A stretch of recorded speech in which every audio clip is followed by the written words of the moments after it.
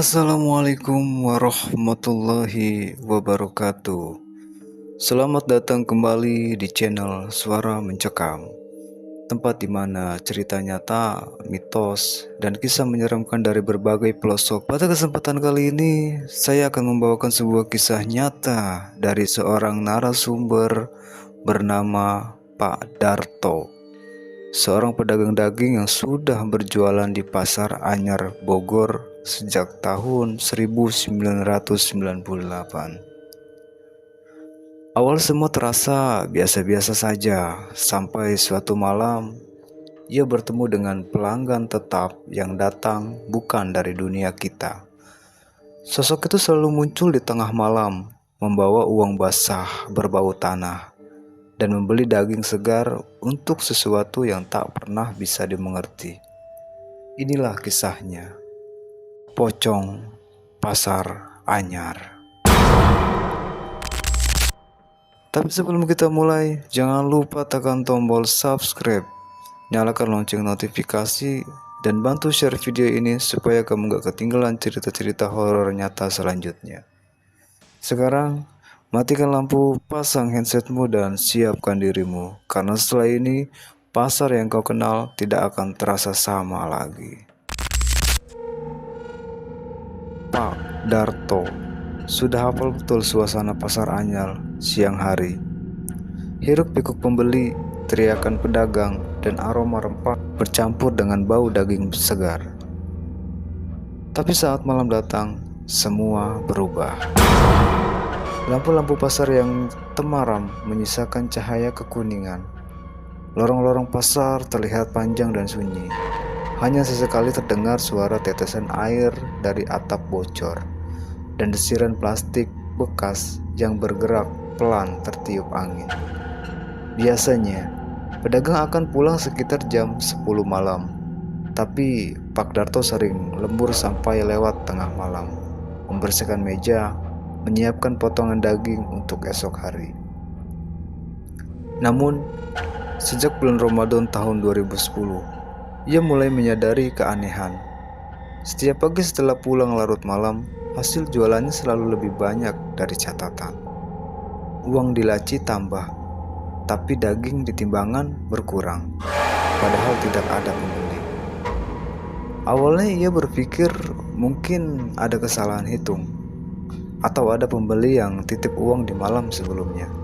Namun, rasa penasaran itu mulai berubah jadi rasa takut ketika ia menemukan jejak kaki berlumpur di depan kiosnya.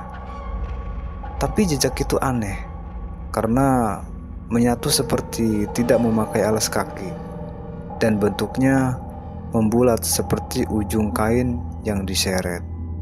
Suatu malam Jumat Kliwon, ia memutuskan tidak pulang.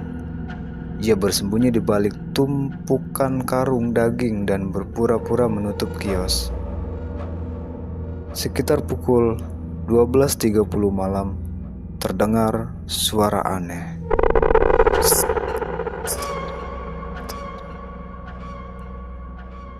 Langkah pelan seperti sesuatu yang diseret.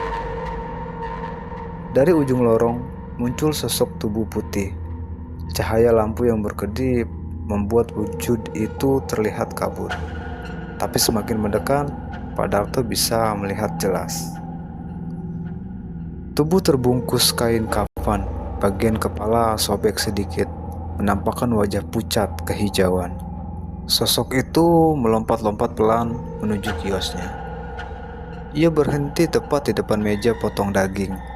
Tidak berbicara, hanya menunjukkan potongan daging sapi di atas meja dengan tangan yang terikat kainnya. Tangannya gemetar. Dari sela kain, darah hitam menetes ke lantai. Pak Darto ingin kabur, tapi tubuhnya tak bisa bergerak. Entah dorongan dari mana, ia akhirnya mengambil potongan daging itu dan memasukkan ke plastik. Sosok itu menaruh segepok uang di meja. Uang yang basah, kotor, dan berbau tanah. Kemudian perlahan melompat menjauh, masuk ke lorong gelap di ujung pasar. Pak Darto langsung pingsan. Paginya, ia bercerita ke Rohman, petugas keamanan pasar. Rohman tak percaya, lalu mengajak Pak Darto melihat rekaman CCTV malam itu. Di layar, terlihat kios Pak Darto memang terbuka jam 12.40. Timbangan bergerak sendiri. Plastik daging melayang ke atas seperti ada yang mengambilnya. Dan uang jatuh dari udara ke atas meja. Namun, saat mereka berhenti di frame tertentu, di pantulan kaca etalase terlihat samar sosok putih berdiri di depan kios. Wajahnya menatap lurus ke kamera, matanya kosong. Rohman langsung menatap layar, wajahnya berubah menjadi pucat. Mereka berdua sepakat untuk tidak memberitahukan hal itu ke pedagang lain. Beberapa hari kemudian, seorang pedagang lama bernama Haji Amir yang sudah 30 tahun berjualan di sana datang ke kios Pak Darto. Ia bilang dulu di belakang pasar, sebelum dibangun kios baru, ada rumah potong hewan tua yang terbakar sekitar tahun 1995. Korban kebakaran itu adalah seorang tukang jagal bernama Wandi. Orang terkenal kasar, sering mabuk, dan punya utang ke banyak pedagang daging, termasuk ayahnya Pak Darto. Sebelum meninggal, Wandi sempat bilang, "Gue bakal balik, Dar. Gue bakal bayar semua utang gue, biarpun dari dalam tanah." Dan kini, 20 tahun kemudian, sosok itu benar-benar datang, membayar hutang dengan uang tanah. Sejak malam itu, kejadian semakin sering. Kadang daging di kios berkurang, uang di laci bertambah. Kadang suara ketukan pelan terdengar dari meja kayu pukul 1 dini hari. Pernah sekali, Pak Darto sengaja menaruh songgok daging di bawah meja dan menutup kios rapat. Keesokan harinya, daging itu hilang, tapi lantainya penuh lumpur. Dan di tembok ada bekas tangan dengan warna kehitaman seperti jelaga. Yang lebih menyeramkan, Ibu Sri, pedagang sayur di kios sebelah, pernah datang lebih pagi dan melihat seseorang berdiri di kios Pak Darto. Wajahnya membelakangi arah lorong. Saat disapa, orang itu hanya menoleh setengah, dan ia melihat wajah pucat dengan kain kafan terbuka di dahi. Bu Sri langsung jatuh pingsan. Setelah berkonsultasi dengan ustadz setempat, mereka mencoba mengadakan doa bersama di area belakang pasar. Saat doa dimulai, tiba-tiba lampu-lampu pasar padam semua. Dari arah belakang terdengar suara keras seperti sesuatu jatuh. Ketika mereka datang, mereka menemukan papan kayu bekas rumah potong hewan terbalik. Dan di bawahnya ada seonggok kain putih kotor yang sudah menempel di tanah. Ustadz bilang, "Itu bukan jasad, tapi mungkin sisa kain kafan yang tertinggal dari arwah yang belum tenang." Mereka membakar kain itu sambil berdoa, tapi sejak malam itu, pasar justru makin sering berbau amis padahal belum ada yang berjualan. Kini, Pak Darto sudah pindah kios ke ujung blok baru. Namun setiap kali ia datang lebih pagi, sekitar jam 2 atau 3 subuh, ia selalu mencium aroma daging segar yang kuat. Di meja lamanya yang kini kosong, selalu ada uang 100.000 terlipat rapi, basah dan berbau tanah. Kadang uang itu masih hangat seperti baru saja dikeluarkan dari dalam kubur. Setelah pindah kios baru di Blok G, hidup Pak Darto tampak lebih tenang.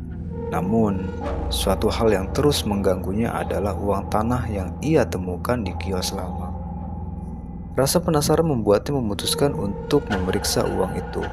Ia membawa beberapa lembar ke warung kopi depan pasar, mencoba membayar kopi dengan rokok. Tapi begitu uang itu disentuh pemilik warung, perempuan itu langsung menjerit kecil. "Pak, ini uang apaan? Basah banget, baunya kayak tanah kuburan." Saat Pak Darto lihat lagi, uang itu berubah warna. Yang semula 100.000 jadi lusuh. sobek, dan warnanya menghitam seperti terbakar. Ketika ia coba terus remas, uang itu mengeluarkan darah segar yang menetes ke meja. Sejak itu, ia tidak pernah menyentuh uang yang tinggalkan itu lagi. Namun, tiap malam Jumat Kliwon, uang itu selalu muncul kembali di tempat yang sama. Karena takut, Pak Darto memasang CCTV baru di kios barunya. Ia ingin memastikan arwah itu tak lagi mengikutinya. Tapi malam pertama setelah kamera terpasang, semua muncul di rekaman tepat jam 00.47. Bayangan seseorang berdiri di belakang kiosnya. Bayangan itu tinggi tapi tanpa kepala. Beberapa detik kemudian, kamera berkedip dan di layar muncul tulisan seperti terganggu sinyal. Darto. Hurufnya muncul satu persatu seperti diketik oleh tangan tak terlihat. Pak Darto langsung cabut kabel CCTV, tapi layar masih menyala, memunculkan satu kalimat terakhir. Belum lunas. 3 hari kemudian, Pak Darto bermimpi ia berada di ruang gelap seperti di ruang pendingin daging. Udara beku dan dari langit-langit menggantung puluhan potong daging yang meneteskan darah segar. Di antara gantungan itu ada satu tubuh manusia terbungkus kain kafan. Kainnya basah, kepalanya miring, dan dari dalam kafan itu terdengar suara serak. Aku belum bayar semuanya. Kau yang terima, kau yang harus selesai. Tiba-tiba kain kafan itu robek dan dari dalamnya keluar tangan hitam penuh darah yang menggenggam jantung mentah. Jantung itu berdetak dan dilempar ke arah Pak Darto. Ia terbangun dengan keringat dingin, tapi anehnya di lantai dekat kasurnya ada jejak lumpur basah mengarah ke pintu.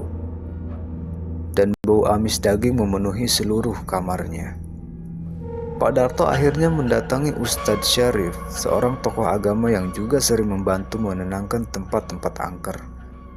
Ia menceritakan semuanya dari awal sampai mimpi terakhir. Ustadz Syarif kemudian mengajaknya ke belakang pasar, tempat bekas rumah potong hewan yang terbakar. Mereka menggali di bawah tanah dekat fondasi bekas tembok hitam. Setelah menggali sekitar setengah meter, mereka menemukan tulang jari tangan manusia dan di dekatnya ada kalung besi dengan inisial W. Ustadz Syarif membaca doa lalu berkata pelan, "Mungkin ini sisa jasad Wandi. Arwahnya belum tenang karena ada janji yang belum ditepati." Ternyata dulu Wandi meninggalkan seorang anak laki-laki kecil yang tak pernah diakui. Anak itu meninggal kelaparan setelah ayahnya mati terbakar. Arwah Wandi mungkin datang bukan cuma untuk melunasi hutang dagang, tapi juga untuk menebus dosa terhadap anaknya sendiri. Ustadz menyarankan agar diadakan tahlil dan sedekah atas nama Wandi. Dan malam itu juga mereka melakukan doa bersama di kios Pak Darto. Doa berlangsung lancar sampai azan subuh. Tapi tepat sebelum doa penutup, semua lilin mati bersamaan.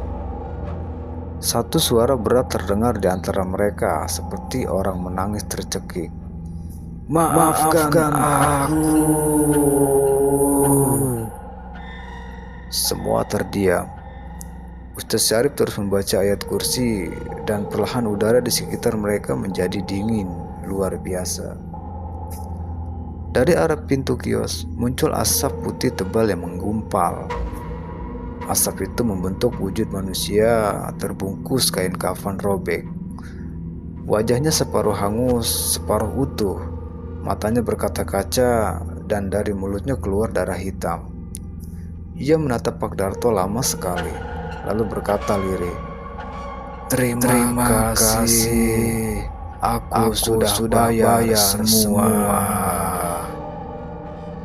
Setelah itu asap itu lenyap dan bau amis yang selama ini menyelimuti pasar hilang total. Keesokan paginya, ketika para pedagang datang, mereka menemukan sesuatu di depan kios Pak Darto. Satu kantong plastik daging segar dengan uang 100.000 di dalamnya. Uang itu kering, basah, dan berbau wangi kayu cendana. Sejak hari itu, Pasar Anyar tidak pernah lagi berbau amis di malam hari.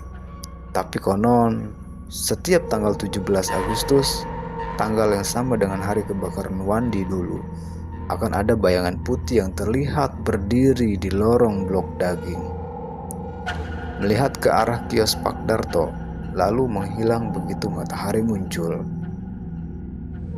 Kisah ini sudah lama berlalu, tapi sampai sekarang banyak pedagang baru yang bilang masih mencium bau daging segar sebelum subuh, padahal pasar masih kosong. Apakah itu tanda arwah Wandi masih menjaga tempat itu, atau hanya kebetulan? Kalau kamu berada di Pasar Anyar tengah malam dan mendengar suara slep, slep, slep, slep dari ujung lorong, kamu bakal lari atau kamu berani menatap siapa yang datang? Tulis jawabannya di kolom komentar. Sekian, terima kasih dan saksikan kisah horor berikutnya.